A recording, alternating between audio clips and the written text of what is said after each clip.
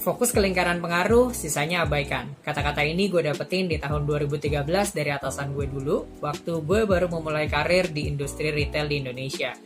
Dan di tahun 2018, gue baru tahu bahwa ini adalah salah satu bahasan di 7 Habits for Highly Effective People dari Stephen Covey. Jadi apa sebenarnya lingkaran pengaruh? Lingkaran pengaruh adalah segala hal yang secara langsung dapat kita pengaruhi, sedangkan lingkaran kepedulian adalah segala hal yang menjadi kepedulian kita, tapi kita nggak bisa mempengaruhi hal itu. Contoh gampangnya gini ya, misalnya kita terlambat masuk kantor karena macet. Nah, macet ini masuk ke dalam lingkaran kepedulian karena kita nggak bisa ngebuat jalanan jadi lancar pas kita lagi berangkat ke kantor. Terus lingkaran pengaruhnya ada di mana nih? Lingkaran pengaruhnya adalah kita bisa berangkat lebih pagi, atau kita cari jalan alternatif lain, atau hal lain yang kita bisa coba pakai sebagai solusi. Dan di Februari 2023 kemarin, tepatnya 1 bulan sebelum Ramadan atau 2 bulan menjelang Idul Fitri, gue dapat petir di siang bolong ya, karena gue kena gelombang layoff. Dan gue yakin di luar sana juga banyak yang kena gelombang layoff.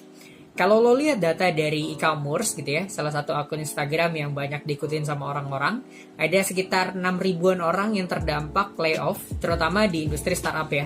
Walaupun di luar startup juga ada gelombang layoff gitu. Nah ibaratnya nih, gue jadi salah satu orang yang terombang-ambing lah ya di tengah lautan. Kalau ditanya berat gak jalan ini? Jawabannya ya pasti berat lah ya. Jadi jobless. Terus belakangan gue tuh mulai ngerasa jadi overthinking karena ngerasa jadi individu yang non-valuable gitu dan lain sebagainya lah. Gue gak bisa nih ngubah keadaan kalau gue kena layoff. Yang bisa gue lakuin adalah mengeksplor apa aja yang bisa gue kerjain selama fase menunggu ini. Fase menunggu di sini tuh maksudnya menunggu dapat pekerjaan yang baru ya. Kalau ngomongin apply ke berbagai perusahaan udah nggak kehitung jumlahnya, puluhan interview, psikotes, sampai technical test udah gue jalanin gitu. Dan memang sampai saat ini belum menunjukkan hasilnya. Tapi sampai saat ini gue masih ngerasa nggak putus asa. Kalau ngerasa capek, mungkin iya ya, gue harus mengakui gue mulai capek ngejalanin berbagai proses rekrutmennya. Nah, terus apa sih yang gue lakuin selama proses untuk dapat pekerjaan yang baru? Kalau lo lihat di LinkedIn gue rutin tuh bikin konten di sana.